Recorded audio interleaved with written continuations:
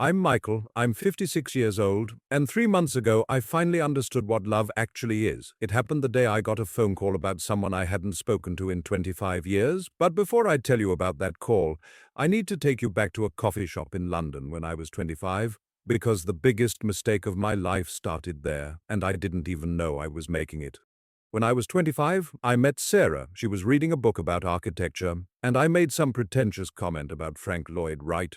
She laughed anyway. We talked for 2 hours. I walked out thinking I'd met someone special, and I was right.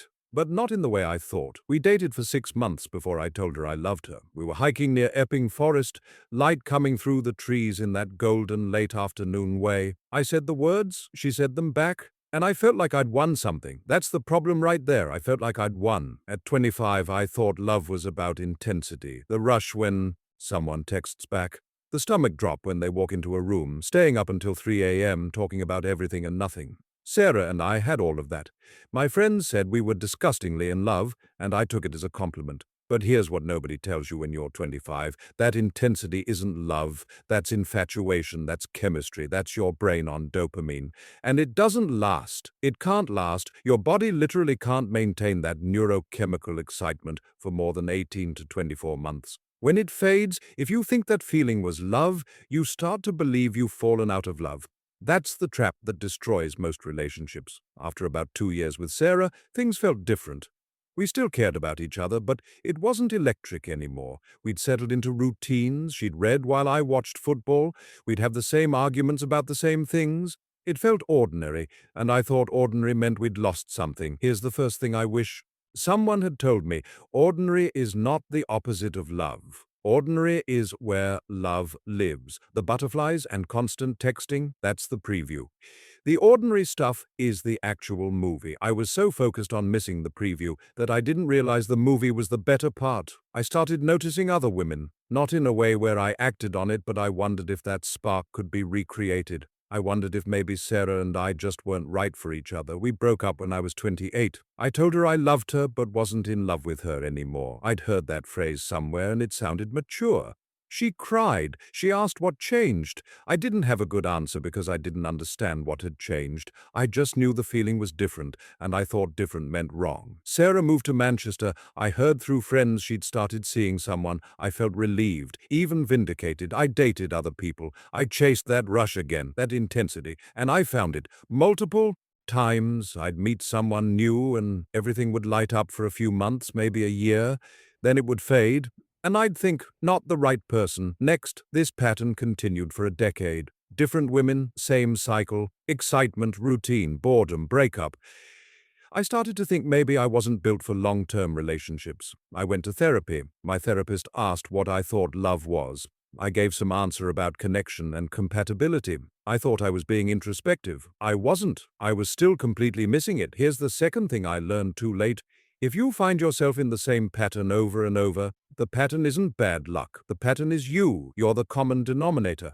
Until you figure out what you're actually looking for, you'll keep finding what you've always found. When I was 38, I met Rebecca. She was different, calmer, more grounded.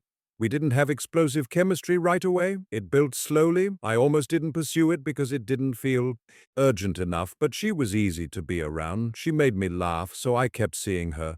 We got married when I was 41. People asked how I knew she was the one. I'd say she got me. We worked well together. That was true, but not the whole truth. The whole truth was I was getting older, I wanted kids, and Rebecca seemed like a solid choice. I loved her, I really did, but I also married her partly because I thought I was supposed to. We had 2 kids, Emma at 42, Jack at 45. Becoming a father changed things.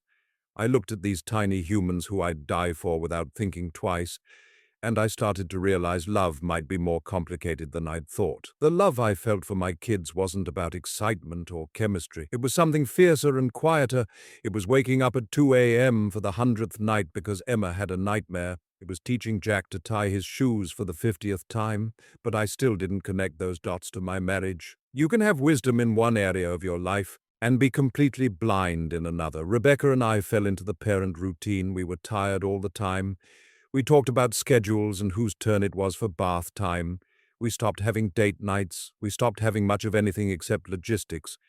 And I felt that familiar restlessness creeping back. I didn't cheat on Rebecca, but I thought about it. I had a coworker who laughed at my jokes, and I'd feel that old spark. I knew it didn't mean anything, but part of me still wondered if maybe I'd married the wrong person. Here's the third thing. The grass isn't greener on the other side. The grass is greener where you water it.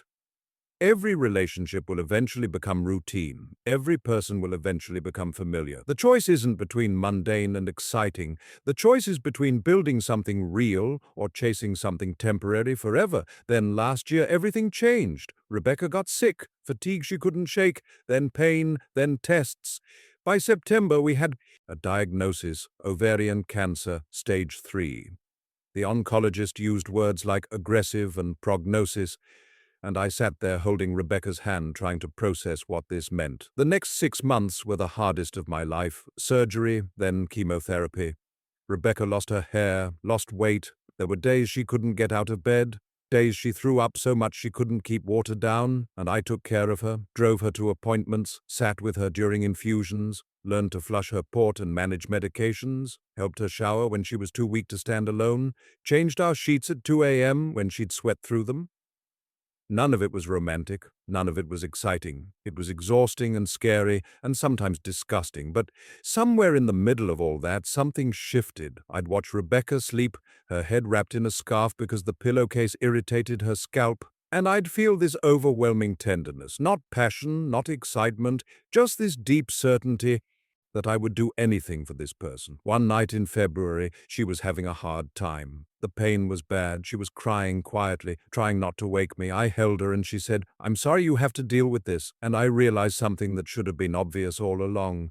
Love isn't what you feel when everything is easy. Love is what you do when everything is hard and you stay anyway. All those years I'd chased the feeling, the butterflies, the obsession. I thought when that faded, love faded, but that was never love to begin with. Love is what happens after that fades. Love is choosing someone when choosing them is difficult.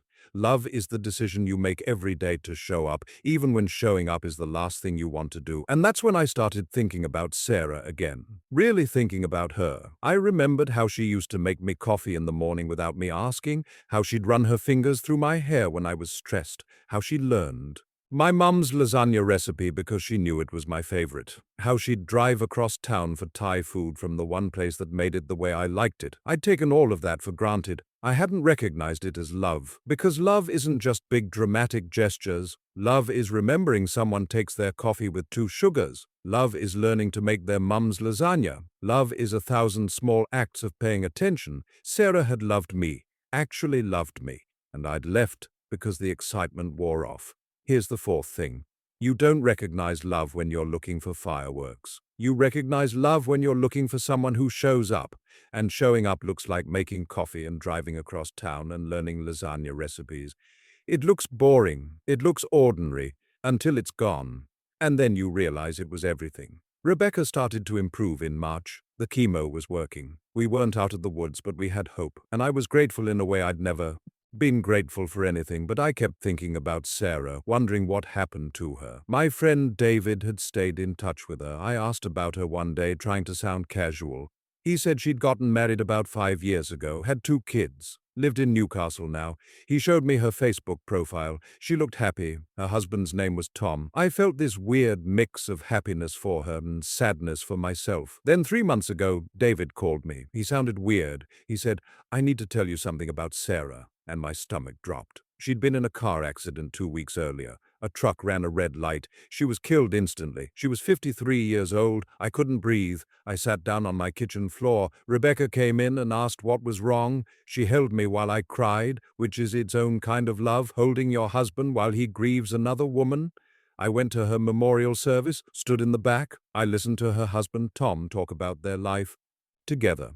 He said she used to leave him notes in his lunch, that she always remembered everyone's birthday, that she made their house a home, that she had this way of making people feel seen. Tom said one thing that's been playing in my head on repeat. He was crying when he said it. Sarah taught me that love isn't a feeling. It's 1,000 small actions that add up to a life. It's doing the dishes when you're tired, It's listening to the same story for the 100th time. It's all the unsexy, unexciting things nobody posts on Instagram. And he was right. That's exactly what love is. Making coffee without being asked, holding someone when they're sick, choosing them when choosing them is hard.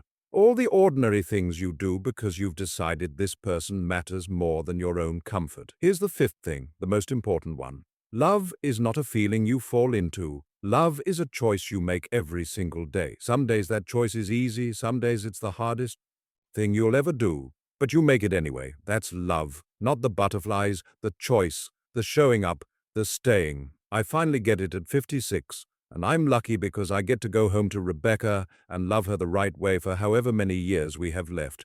I get a second chance most people don't get, but Sarah's gone. And I can't tell her. I can't say thank you. I can't say I spent 30 years learning what she already knew. So I'm telling you instead.